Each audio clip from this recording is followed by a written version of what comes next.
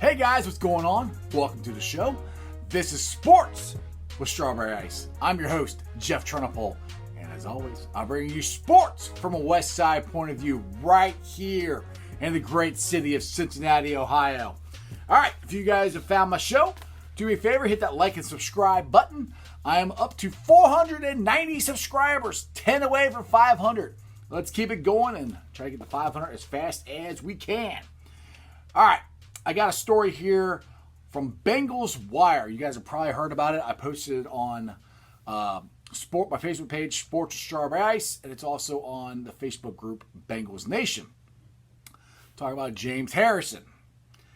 Okay, James Harrison appeared on a podcast this week and suggested that the Pittsburgh Squealers head coach Mike Tomlin slapped an envelope of cash in his hand after he did an illegal hit on Browns wide receiver Mohamed, I hope I say Mesqual. I know it's Mohamed. I think it's Mesqual. Mesqual, I think. In 2010. Now, is this surprising at all? No, because the Steelers get away with all kinds of crap. Excuse me, the Squealers. Get away with all kinds of stuff. And James Harrison has been, in my mind, when he played, one of the dirtiest players in the NFL. One of the best players in the NFL, but also one of the dirtiest. Same with Joey Porter, who I can't stand, who I talked about on yesterday's show, who still, to this day, I understand, like I said yesterday, that Vontaze Burfict and Pac-Man Jones should have walked away from Joey Porter. Joey Porter should have never been on the field in the 2015 playoff game. He should have been thrown out. He should have been a flag. Something should have been done because coaches are not allowed to just walk up onto the field in the middle of a game.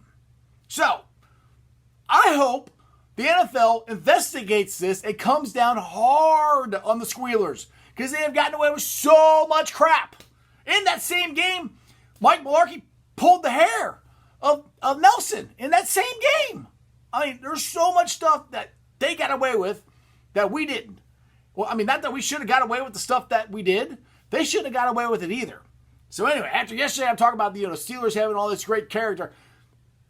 That's crap.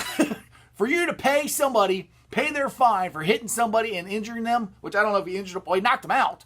So it wasn't healthy. It's not a clean hit. They're trying to get those hits out of the NFL. Sean Payton got suspended for an entire year because of what his defense coordinator did. Tomlin is paying a fine, supposedly? Come on. Roger Goodell, you need to investigate this now and find out what exactly happened, what James Harrison is talking about, and if he's got any proof. If he's got proof of this, then Mike Tomlin needs to be suspended, fined, and the Steelers need to be suspended and fined. Because this is ridiculous. Because this time in football, that's what they're trying to get out of the game. These hits. And if your coach is going to pay for your fine, then what's stopping you from making the hit?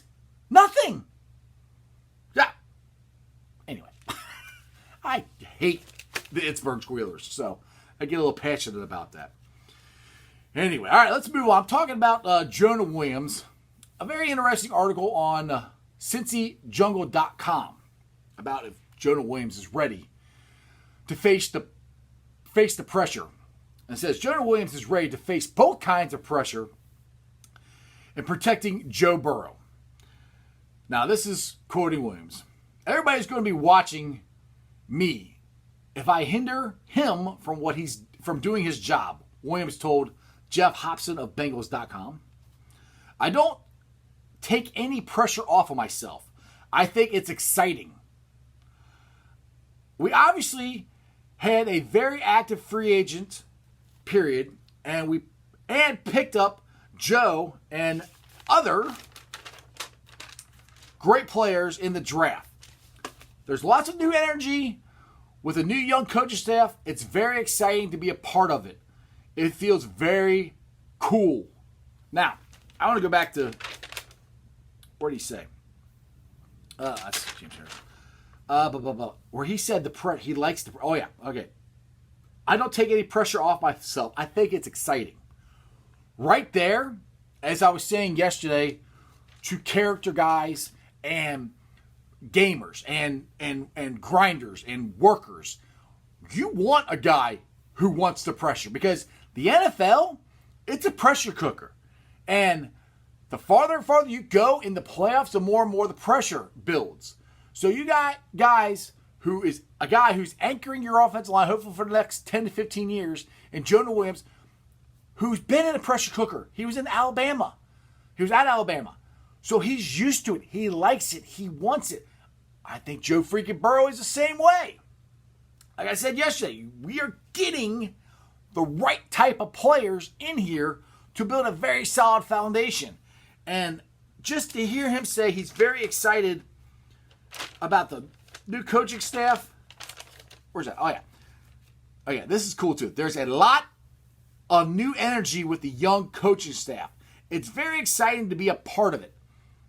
I mean, those words coming out of Bengals players get me excited because you don't hear that normally. I mean, for 15 years with Marvin Lewis is do your job, do this, we got to do it better, Nothing was exciting. You never heard the players sound like they're excited to come to work. There's, we just got to do our job better. We got to come together and focus on what we're doing. And it was nobody had any energy. Like, I'm ready to go. Bring it on. Let's do this. It was always, we got to do better. We got to do better. We got to do. Well, no, duh, Marvin. You got to do better. You're right. It's just a different vibe and a different energy coming out of these players that I think is coming from the coaching staff and Zach Taylor. So, like I said, I'm very excited about the Bengals. I like the direction they're going. I like all the stuff I'm reading that the players are saying. It might not mean a hill of beans. They might go, 4-12 this year. I don't know. I'm just liking the change that I'm hearing that's coming out, not only of the coaching staff, but of the players and the veteran players. Like AJ Green sounds excited. He sounds ready to play.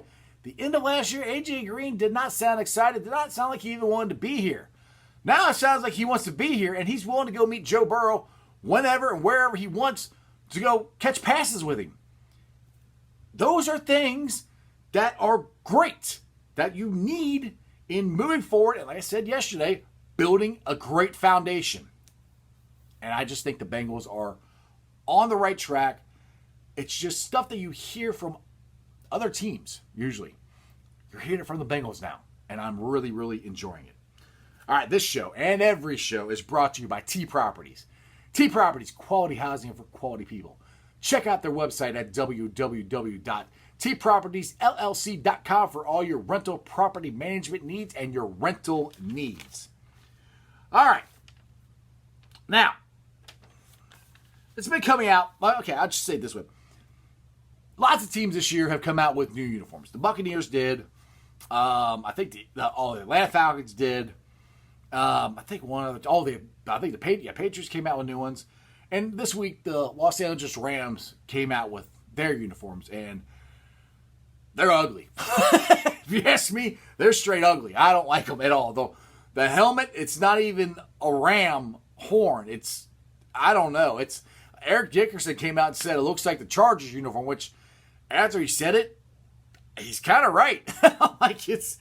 It looked like the Chargers. I don't know. Anyway, so it's been last couple of years, lots of Bengals fans and some guys on Bengals Nation have come up with different uniform mock-ups and stuff of different things of how, they think the new Bengals uniforms should look. Not that the Bengals are changing the uniforms, but eventually they probably will someday.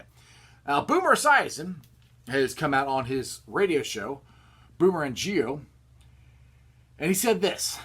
He says, too much stuff going on. Too much orange, too many things happening on the uniform. They need to, I want to say, tone it down. It's hard to tone down tiger stripes, but you can. I just think the jersey over the last 15 years has not been all that great looking. That's quoting one of our best quarterbacks ever in Boomer Esiason. Now, I like the uniforms. I don't know. I like them. I mean, people have said that they like the 70s uniforms. I'm sorry. Those are ugly to me. The orange helmet and it just says Bengals on it is just dumb looking. I mean, Looks like something you get out of a Cracker Jack box. I hate that. I don't care if they change the uniforms. I want them to leave the Bengal striped helmet. It is the coolest helmet in the NFL. It is the only helmet that is completely wrapped around. The logo is wrapped around the entire helmet. Nobody else has a helmet like that. Nobody else can have a helmet like that. Nobody has Bengal stripes. So, to me, leave the helmet alone. Do not touch that helmet. That helmet, once we went to that helmet, we went to 2 Super Bowls in the 80s. So, to me, the 70s, the Bengals were okay in the 70s. They couldn't get past the Pittsburgh Squealers. Lots of teams couldn't get past them. But once they got that new uniform, it changed things. And the last time they changed the uniform is Carson Palmer's second year. They kept the helmets and they changed the uniforms, and that's when they came out with the third alternate jersey, the orange one.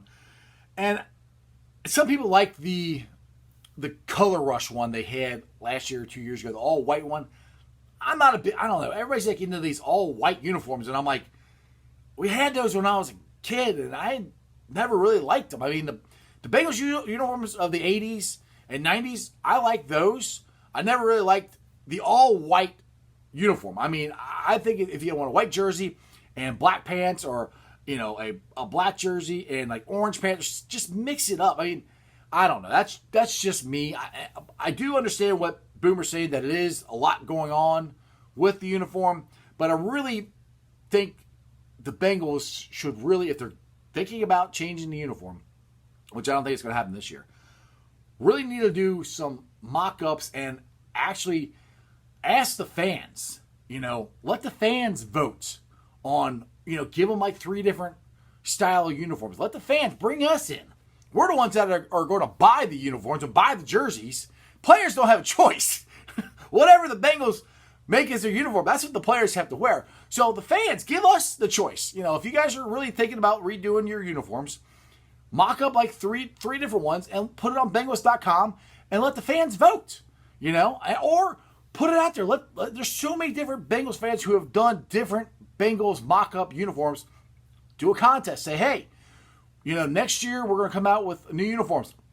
Send us your best ideas. I mean, everybody's got computers now that they can, design them themselves. But people, please, leave the Bengal helmet alone. The only way I'd be okay with changing the helmet, which still isn't changing, is like somebody said, do a black helmet with orange stripes. That would be okay. But at least leave the helmet basically the same with the stripes going across the helmet. To me, that's the Bengals, and it's iconic, and nobody else has it. And something when it's that unique, you keep that, I mean, I hate to say it, the Pittsburgh Steelers, I hate their uniforms. Their uniforms are stupid looking, but theirs are unique too, because they only have the sticker on one side of the helmet. I think it's dumb as hell looking, but it is unique, and nobody else does that. There's probably a reason, because it's stupid looking, but it's unique. So that's why I think the Bengals should keep their Bengal stripes. At least the helmets, anyway. All right, it's Friday. And I usually do a Zeke of the week. Last week, I couldn't think of anybody. But my buddy Dan Patrick came through for me. Earlier in the week, or actually all week, if you've been listening to him, he keeps talking about, when football season comes around, I don't know. If my sources are saying they're going to push it back 4 weeks. Okay. It's May. Things are opening up. The NBA is discussing and trying to figure out how they're going to come back. Major League Baseball is discussing and trying to figure out how they're going to come back. Pro football doesn't start preseason until August. The season doesn't start till September. We got 4 months.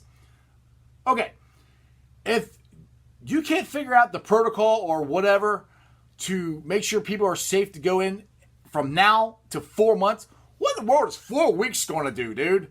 And I'm sorry, when you go, I don't know if that's going to happen. You said the same thing about Joe freaking Burrow. Going, I don't know if he wants to come to the Bengals. Well, guess what? He wants to come to the Bengals. He's excited to be here. You were wrong about that. I think you're wrong about football. I think Roger Goodell is going forward. I think he's like, look, if there's fans in the stands, that I don't know. I hope there is, because I got season tickets, so I hope there is. But I really think he's going to push forward. I really do think that there's a chance, since the mini camps and everything, we haven't had them. I think there's a very good chance they will extend training camp.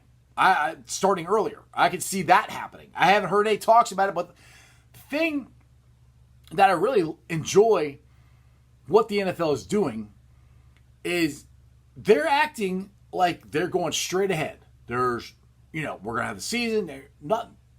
Nothing. They have not said one thing about them not starting the season on time. And I like that, until something happens, which I don't know what else can happen. I mean, yes, we can have spikes. We can do this. It's a virus. If you're I'm sorry, I'm not trying to be mean, but if you are older, stay home. If you are having health risks, stay home. If you're not, you go to the games, go to work. We've been shut down for 2 months. Let's go. It's a virus. You're going to get it or you're not. Anyway, that's my soapbox. Anyway, but Dan Patrick, you, my friend, are my Zeke of the week. All right, like I said, you and Stephen A. always 1-2 my Zeke of the week. All right, YouTubers, like I said, beginning of the show, I got 490. 10 away from 500. Let's go. Let's try to add 10 more people and get me to 500 as fast as we can. I mentioned it a couple times here on the show. Bengals Nation is part of my Facebook groups that I help run. Along with Bengals Nation, I have Bearcat Country, Reds Country, and Cyclones Country. Again, they're groups that I help run. They're not mine. They're a guy named Mike's. They're his group. I just help run them. Mike Kyle Jr. So, anyway, what did I say? Oh, yeah, Reds Country. I said Cyclones Country, too. I think I said that, too. Anyway, if you're listening to me on the podcast, and it's Apple Podcast, give me a 5-star review. I would greatly appreciate that. If you're on any of the other sites, just like and subscribe. And other than that, it's Friday. We got no sports, but golf is getting ready to start. NASCAR is getting ready to start. I watch golf. I don't watch NASCAR very much, but if it's sports, I'm going to freaking watch it because I'm tired of not having live sports. So, you guys enjoy your weekend. That's just sports, baby. Tell all your friends about me. See ya.